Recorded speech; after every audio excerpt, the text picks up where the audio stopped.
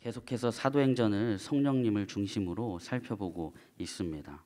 성전 미문에 앉아 있는 걷지 못하는 사람을 일으켰습니다. 금이나 은은 줄 수 없지만 베드로와 요한이 갖고 있었던 가장 귀하고 소중한 것, 예수의 이름을 주었습니다. 그리고 이 일을 통해 성령님은 놀라운 열매를 맺어 가신다는 것을 붙잡았습니다. 그리고 오늘 말씀으로 이어지고 있습니다. 오늘 말씀은 베드로가 솔로몬 행각에서 설교하는 이야기입니다. 오늘 말씀을 함께 묵상하고 성령님께서 어떤 일을 하시는지 함께 살펴보고 붙잡고 기도하고 싶습니다. 첫 번째로 예수님을 주목해야 한다는 것을 붙잡게 되었습니다. 예수님을 주목해야 합니다. 오늘 말씀 11절부터 12절을 보면 그 사람이 베드로와 요한 곁에 머물러 있는데 사람들이 모두 크게 놀라서 솔로몬 행각이라고 하는 곳으로 달려와서 그들에게로 모여들었다. 베드로가 그 사람들을 보고 그들에게 말하였다. 이스라엘 동포 여러분, 어찌하여 이 일을 이상하게 여깁니까? 또 어찌하여 여러분은 우리가 우리의 능력이나 경건으로 이 사람을 걷게 하기나 한 것처럼 우리를 바라봅니까? 걷지 못하는 사람을 일으킨 기적을 행한 베드로와 요한에게 사람들이 몰려듭니다. 기적을 바라보고 다른 기적을 일으킬까 해서 다가옵니다. 그러나 베드로는 왜 우리를 바라보냐고 이야기하면서 우리가 한 것이 아니라고 이야기합니다. 자신의 능력이나 자신의 경건으로 이 걷지 못하는 사람을 걷게 한 것이 아니라고 이야기합니다. 그리고 베드로는 우리가 정말 보아야 할 것이 무엇인지 이야기하고 있습니다. 오늘 말씀 16절을 보면 그런데 바로 이 예수의 이름이 여러분이 지금 보고 있고 잘 알고 있는 이 사람을 낫게 하였으니 이것은 그의 이름을 믿는 믿음을 힘입어서 된 것입니다. 예수로 말미암은 그 믿음이 이 사람을 여러분 앞에서 이렇게 완전히 성하게 한 것입니다. 우리가 봐야 할 것은 예수님인 것을 말하고 있습니다. 나면서 걷지 못하는 사람이 일어난 것이 놀라운 것이 아니라 예수님께서 지금 우리와 함께 하셔서 이 걷지 못하는 사람을 일으키셨다는 것이 놀라운 일입니다. 이 말을 하려는 것입니다. 베드로는 예수의 이름이 이 사람을 낫게 했고 예수의 이름을 믿는 믿음을 힘입어서 된 것임을 말하고 있습니다. 저는 오늘 말씀 베드로의 말을 쭉 읽고 묵상하면서 깨닫게 되었습니다. 베드로는 기적이 아니라 사람이 아니라 예수님을 주목하라고 이야기하고 있구나. 이것을 붙잡게 되었습니다. 기적을 바라보는 것이 아니라 사람을 바라보는 것이 아니라 예수님을 바라보아야 한다는 것을 붙잡게 되었습니다. 예수님을 주목해야 한다는 것을 붙잡게 되었습니다. 한국교회 역사상 가장 유명한 신유 사역자 중 한 분이 김익두 목사님입니다. 기록에 의하면 2만여 명의 난치병 환자를 기도하고 고쳤으며 280여 개의 교회를 세웠고 200여 명의 신학생들을 공부시키셨습니다. 그러다가 6.25 사변 때 공산당에 맞서 복음을 전하다가 순교하셨습니다. 기적적인 치유 역사를 의심하고 배척하는 사람들 때문에 김익두 목사님의 집회에 나타난 이 이적이 사실인 것을 입증하기 위해서 1921년 장로교 임태권 목사님은 조선예수교회 이적명증이라는 책을 출판하기도 했습니다. 임태권 목사님은 일본 유학을 한 지성적인 목사님으로 1924년에 장로교 총회장을 역임하기도 했습니다.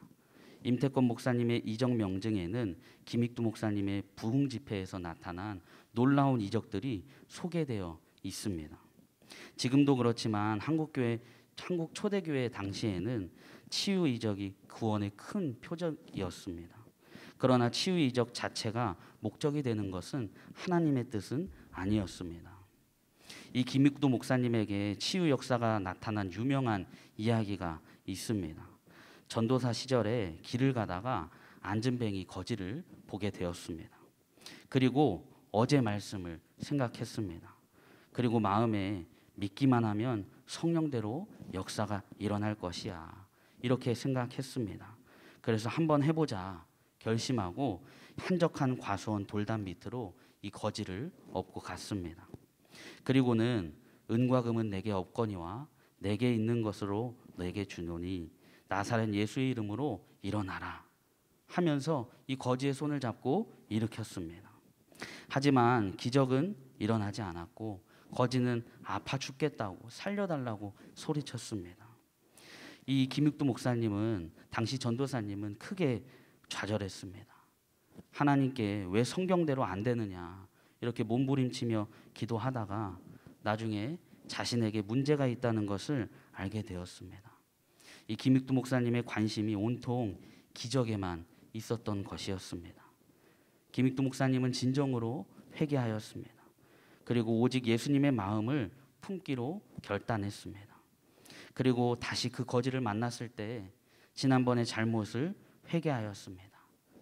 그리고 그를 향한 주님의 마음에 눈물로 기도했습니다. 그런데 그때 그 거지가 일어나게 되었습니다. 그 이후에 이 김육두 목사님을 통하여 수많은 치유 역사가 일어나게 되었습니다. 우리가 주목해야 할 것은 걷지 못한 사람이 일어난 것이 아닙니다. 걷지 못한 사람을 일으킨 사람도 아닙니다. 우리가 주목해야 할 것은 오직 예수님이십니다. 저는 오늘 말씀을 묵상하면서 성령께서 저에게 이렇게 말씀하시는 것 같았습니다. 기적을 보지 마라. 걷지 못하는 사람이 걷게 된 것을 보지 마라. 걷지 못하는 사람을 일으킨 사람을 보지 마라. 예수님을 주목해라. 너가 주목해야 할 것은 예수님이다. 그런데 예수님을 바라보는 것은 쉬운 일은 아닙니다. 우리는 연약해서 오늘 말씀에 기적을 본 사람들이 베드로와 요한에게 몰려들었듯이 계속해서 걷지 못하는 사람이 일어선 그 기적에 주목하게 되고 걷지 못하는 사람을 일으킨 사람에게 주목하게 됩니다. 오늘 성령님께 도움을 구하고 기도하기 원합니다. 주님께 주목할 수 있도록 예수님께 주목할 수 있도록 우리를 도와달라고 기도하기 원합니다. 우리는 연약합니다. 그래서 계속해서 다른 것에 주목합니다. 기적에 혹하고 그 기적을 행한 사람에게 혹하고 그 기적을 경험한 사람에게 눈길이 갑니다. 그러나 우리가 주목해야 할 것은 예수님이십니다. 오늘 말씀을 통해 분명하게 붙잡습니다. 우리가 주목해야 할 것은 예수님이십니다. 성령님의 도움을 구하길 원합니다.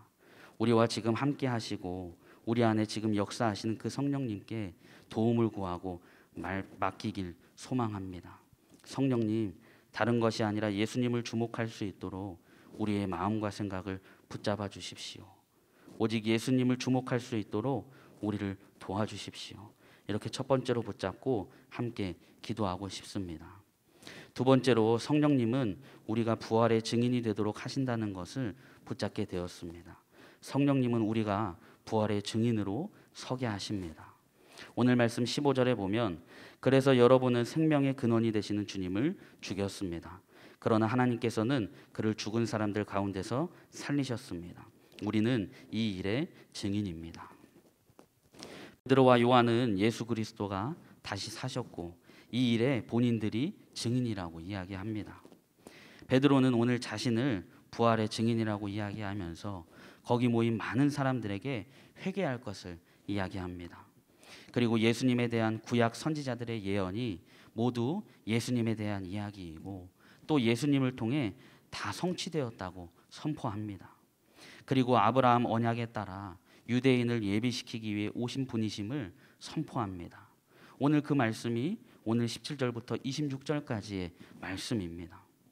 그런데 저는 말씀을 묵상하면서 베드로, 예수님이 로마 군인들에게 핍박을 받고 채찍질을 당할 때 십자가에 달리실 때 예수님을 3번이나 부인했던 그 사람이 이 일의 증인이라니 자격이 있나 이런 생각이 들었습니다. 그런데 놀라운 사실을 알게 되었습니다. 예수님을 모른다고 부인했던 베드로를 부활의 증인으로 그리고 지금 말씀을 선포하게 하신 분이 바로 성령님이라는 것을 알게 되었습니다. 예수님을 모른다고 3번이나 부인했던 그 베드로를, 그 배신의 아이콘이었던 베드로를 성령님은 부활의 증인으로 서게 하신다는 것을 보게 됩니다. 어떻게 이럴 수 있을까 질문했습니다. 그리고 베드로와 요한 안에 부활의 주님이 성령님이 되셔서 함께 하신다는 것을 알게 되었습니다. 부활의 주님이 성령님이 되셔서 우리 안에 함께 하신다는 것을 믿는 것, 그것을 믿고 사는 사람, 그 사람이 곧 부활의 증인입니다. 주 60년경 로마의 초대교회 시절 그리스도인들은 네로 황제의 무서운 박해를 피해 카타콤베에 숨어 들었습니다. 그 지하 무덤에서 모여 살며 예배를 드렸습니다. 그들은 사실 죽은 것과 같은 사람들이었습니다. 그런데 이들이 결국 로마를 복음화하였습니다. 초대교회 성도들은 로마의 화려함, 로마의 강함과 카타콤 둘 중에 어떤 것을 선택하겠느냐 이렇게 물을 때 부활 없는 화려함보다, 부활 없는 강함보다는 부활과 함께하는 어둠을 택하였습니다.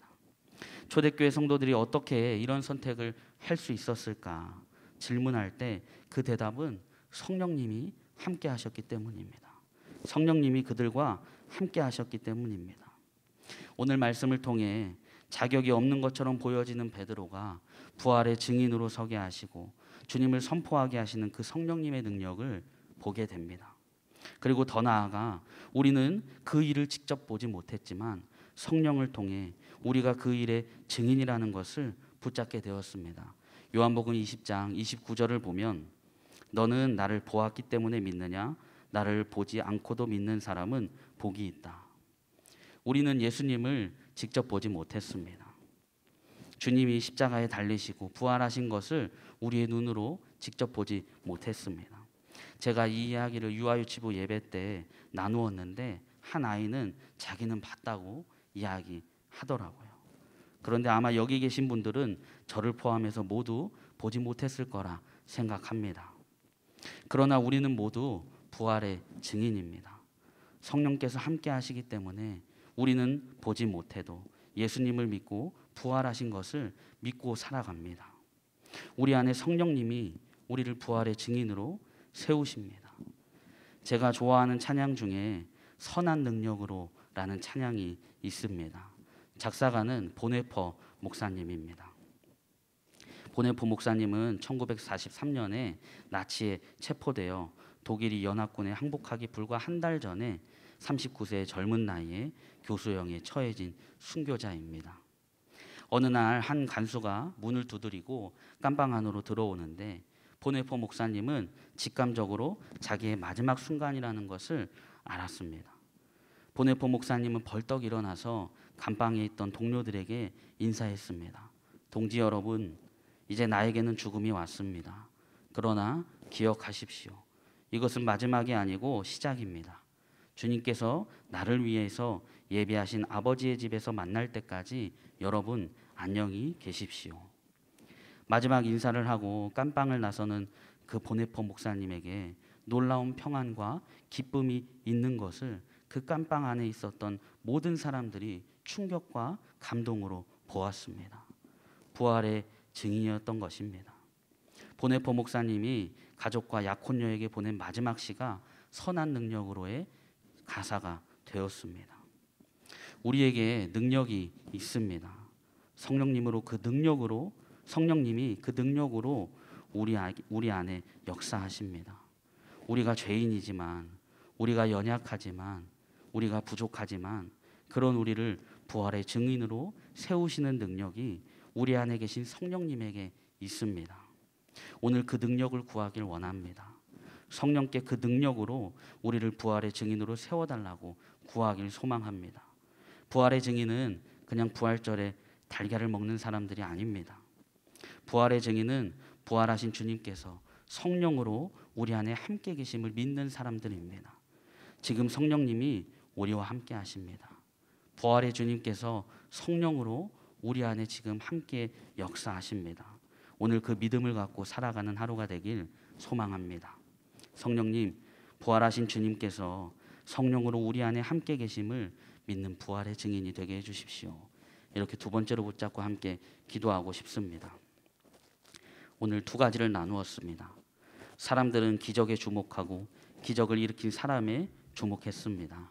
그러나 베드로와 요한은 기적에 주목할 것이 아니라, 사람에게 주목할 것이 아니라 주목해야 할 것은 예수님인 것을 말했습니다.